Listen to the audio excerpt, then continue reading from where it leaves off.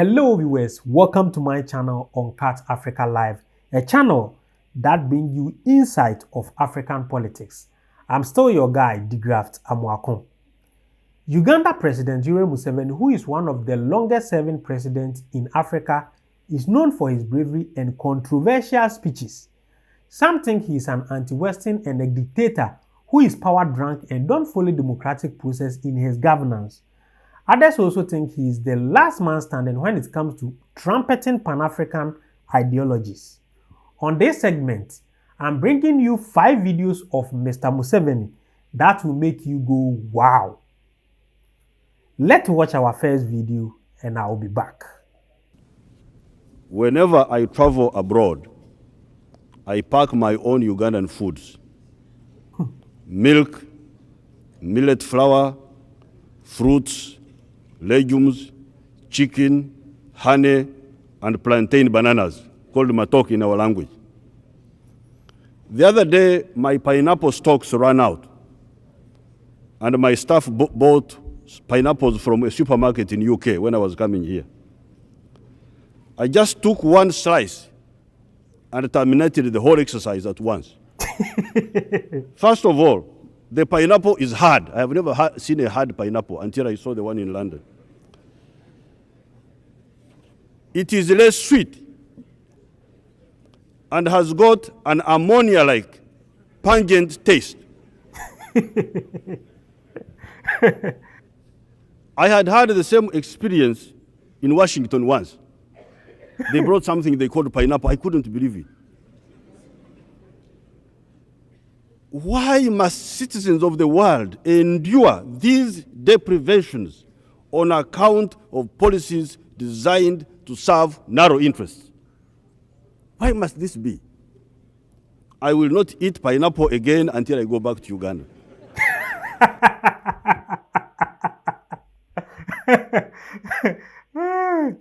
Oh God. You know why I like this man? I think every African have this type of uncle in your family. I think you know this type of uncle which whenever you people are going to family meeting or going for some important functions, you normally talk to him in the house that uncle, please don't go and do your thing there. Don't go and do your thing there.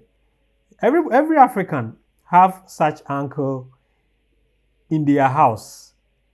He just can't shut up. He just can't close his mouth. Whatever he sees, he has to talk about it. This is the type of man, he's very interesting president, and normally I watch his videos just to laugh. And I think this is quite funny. Quite funny. Please, we are going to our next video. This was interesting video. We are going for this particular video is after his parliamentary passed the anti-LGBT bill, and I think he did this video after they passed the bill. So let's watch this video and I'll be back. Now, I want to congratulate the honorable members of parliament on your stand on the Ebitingwa. That's what the Banyankwele call what they call homosexuals. Congratulations. I congratulate you for that strong stand. It is good that you rejected the pressure from the imperialists.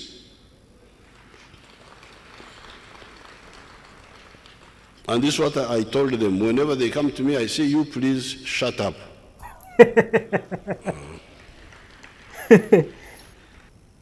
I congratulate you for making this very strong stand. And I congratulate all the other Ugandans, the bishops, the other religious people, and the citizens. Europe is lost. So they also want us to be lost. But in order to fight, we must be patriotic. If we are parasitic in the mind of a parasite, there's no way you can fight. That's how you become a prostitute. Because you fear to sacrifice, you fear difficulties. Somebody says, I will give you money if you become a prostitute. Wow. Those who like easy life end up as prostitutes. Interesting. And that's what they want us to be. They want Africa to be prostitutes. Do what we don't believe in because we want money. So I told Anita Mong, you tell, and I've come now to tell you here. Anita Mong, you tell those people that we can fight, but we must be patriots.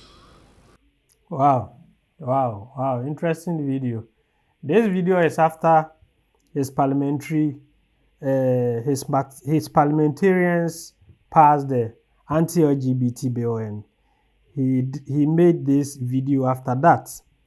It's very interesting. These LGBT issues, we can't talk about it much. In Africa, you know, so far I think he's the only leader who has passed the anti-LGBT bill, and he has signed it. He signed it last week, and it was all over the news, and people were very furious, especially the Western countries were very angry. But it's his choice and it is his country. So he deemed fit what is good for his citizens. You can't push something to people whom they don't accept. It's their culture. So this video is quite also interesting. So let's go to the other video. This is also another video which I don't know the occasion, but let's watch and I'll be back. If we had such arrangements, mistakes like what happened in Libya would not have happened. Because I remember on the issue of Libya, I was a member of the Committee of Five. I hear rumor that I'm still a member, although it never meets. There was a Committee of Five on Libya. I think chaired by Jacob Zuma, or either Jacob Zuma or Sassou Nguesso. We were members of that committee to bring peace in Libya, and we were going to do it.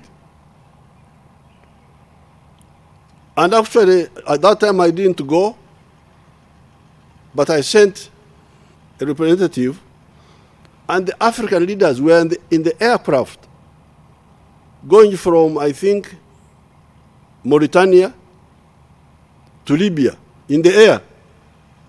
When they were told, go back, Libya is being attacked. Can you imagine? Wow.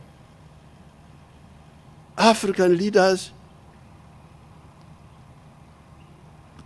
former colonials are attacking an African country against the wish of the African Union.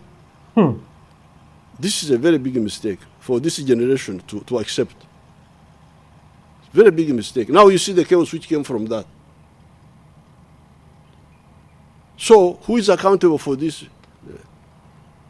These crimes. These are crimes against humanity, which they keep talking about. But if we had been in the Security Council, actually some of the African countries were there, but they took their own position, which was not correct. Our collective, we had met in Addis, we had said, keep out of Libya, we shall settle it. But some of the people did not listen. But if we had been there with the orders of the African Union, that one would not have happened. Or if the majority of the African Unions had supported intervention, then the attack would have happened with our consent. Wow, another interesting video. This Libya matter, Gaddafi Libya, is very quite a very sad story. It's a very sad story because Libya was once a very prosperous country. They were doing okay when Gaddafi was there. People were, he's a dictator, he's mistreating this, he's mistreating that. Then the Western country decided to take him out. And now where is Libya? Now Libya is back to zero. You get it? This concept of letting people dictate who is a dictator, who is doing that, who is doing that, who is doing this, that is where the problem is. You get it? That is where we let the Westerns pollute us, and they pollute us because they know what they want. And the trick is, when they see something in your country and they are interested in the resources, especially is natural resources, and they are interested with the resources, they will start polluting, or they will start sponsoring other side or your opposition, and they will start painting you black for people to think this president is that, this president is that, and people will buy it. Gaddafi was doing very well with Libya. Libya was doing very well. Now, after they take out Gaddafi, where is Libya? That's the problem of Africa. That's the problem of Africa. It's very interesting. And they realized, when he was talking, he was saying that African Union were going to solve the matter. But they realized they have attacked Libya already. You get it? Because they know African Union, you are toothless. You have nothing over them. You can't do them anything. So they can come to your continent, do whatever they like, and they will leave. And they will take your resources, and still you go and beg them for money. This thing, our leaders have to be very careful because it's not looking good. This Libya matter, one day I'll find time and talk about it because it's really not a very good story when it comes to Libya matter. They just killed a person, a very respected man. They killed him on the street with stones. Let's continue this video. This video too, he was addressing, I think, EU diplomats, European Union diplomats, and I think it's also an interesting video. So let's check it out and see. I mean, what we really are we really, very often we are presented as enemies. Is it so?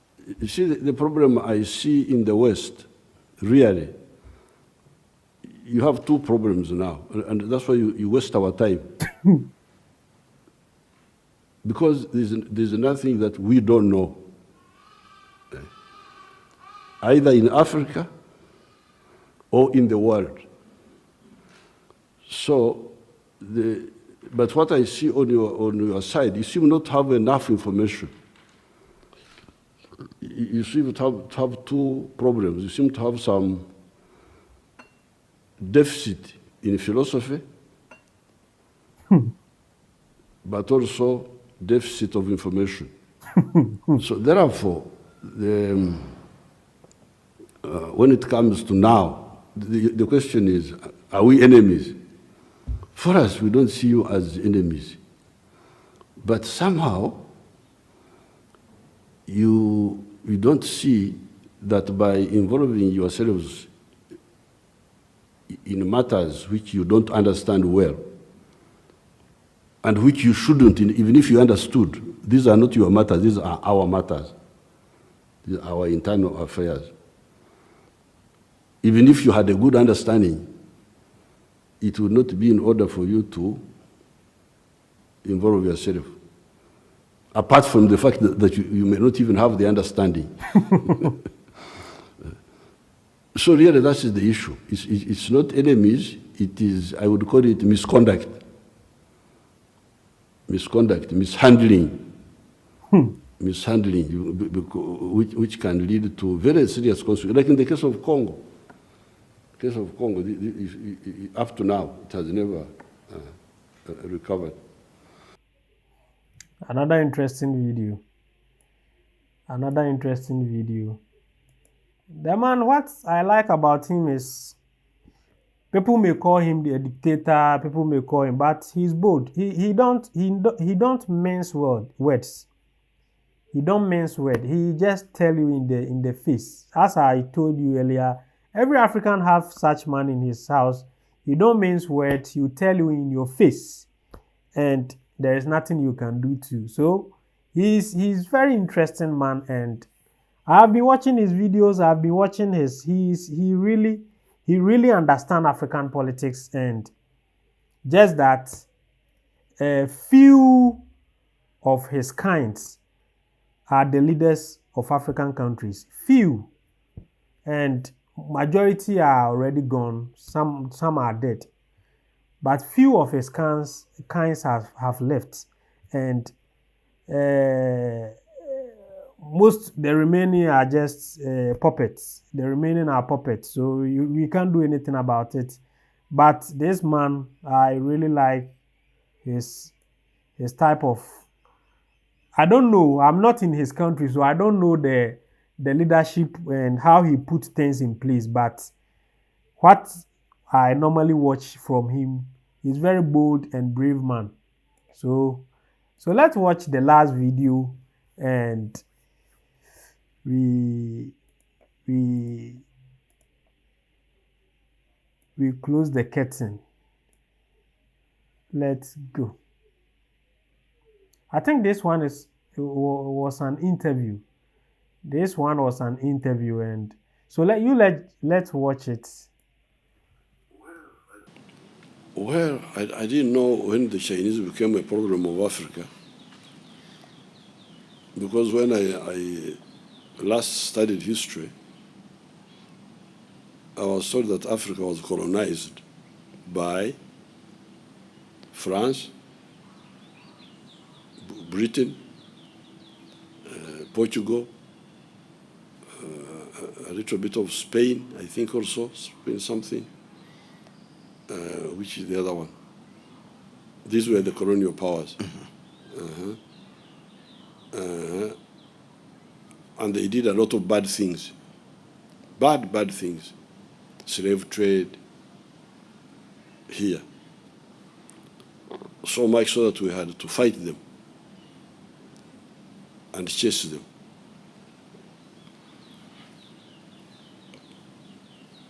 As we were doing that, by 1900, the whole of Africa had been colonized by those people.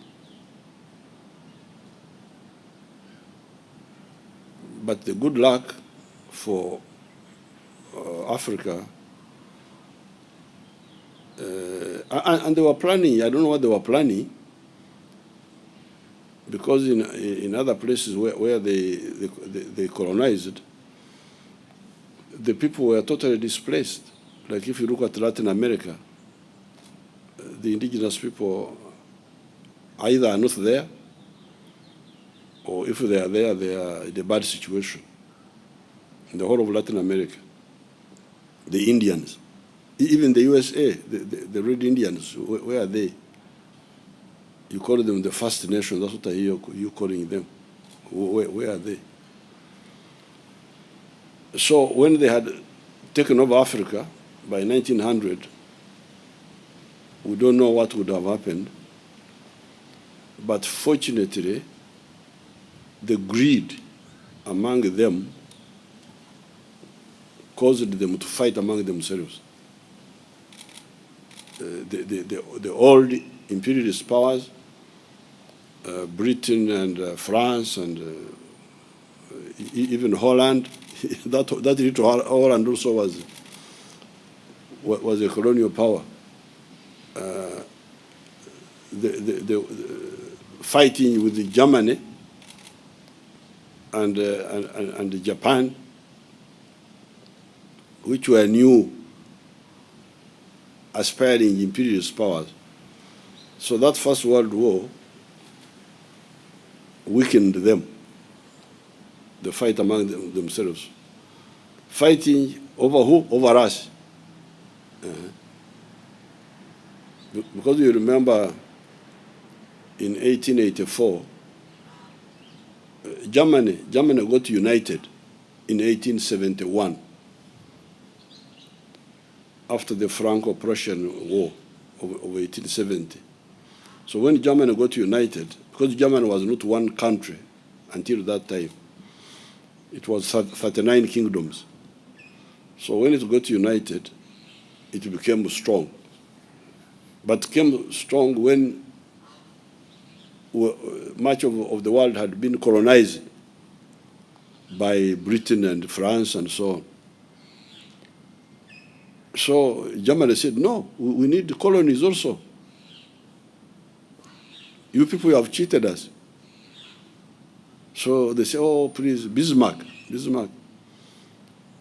please don't start a war. Don't start a war. You call a conference in Berlin. So Bismarck called a conference in 1884, 1885. So, okay, Bismarck, we give you Tanganyika, we give you Rwanda, we give you Burundi, we give you Namibia, we give you Togo. So please, have we not shared well? Yeah. Oh, okay.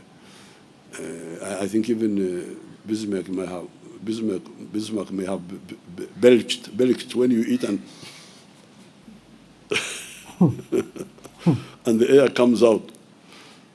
But within Germany, other groups were saying, no, this is not enough, including the Kaiser, the emperor,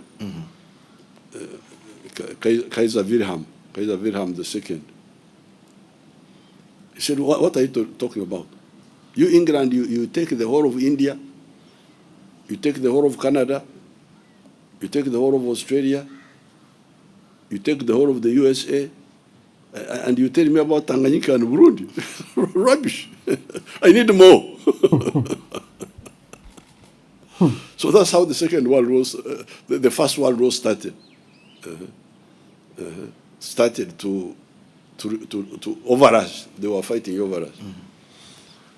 But the good thing is that when they were fighting, first of all, they weakened themselves. But within that fight, one of the old monarchies of Europe, Russia, was overthrown by the communists. 1917, the Bolsheviks. So when they took over Russia, straight away from the beginning, they opposed imperialism. They opposed colonialism. From the beginning, 1917. And during the Second World War, Russia played a very big role in defeating Hitler. And then in 1949, they were joined by China. China was now also taken over by communists. So again, they joined us. So, politically speaking, from 1917, from 1949, China and Russia have been on the side of the anti-colonial movement. I think these Western people need to be a bit serious. They have been on our side politically.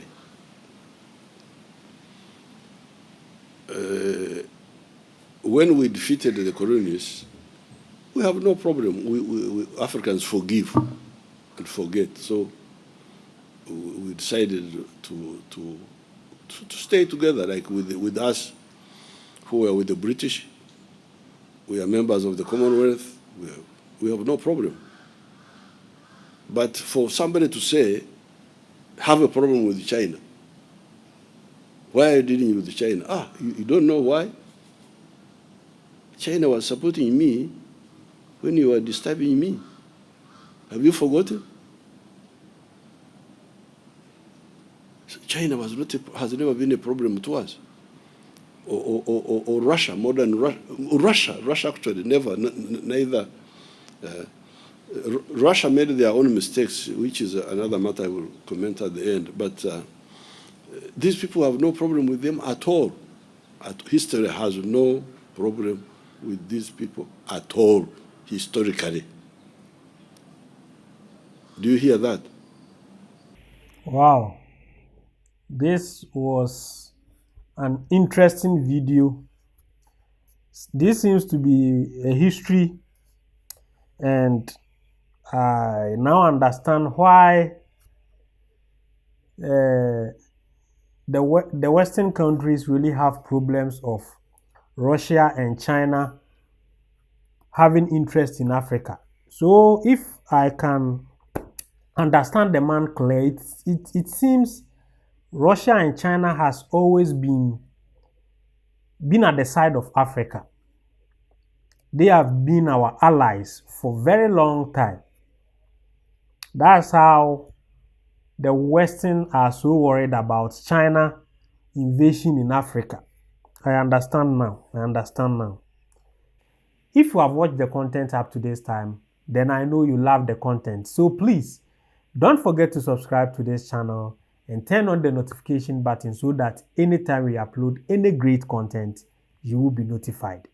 Thanks for watching.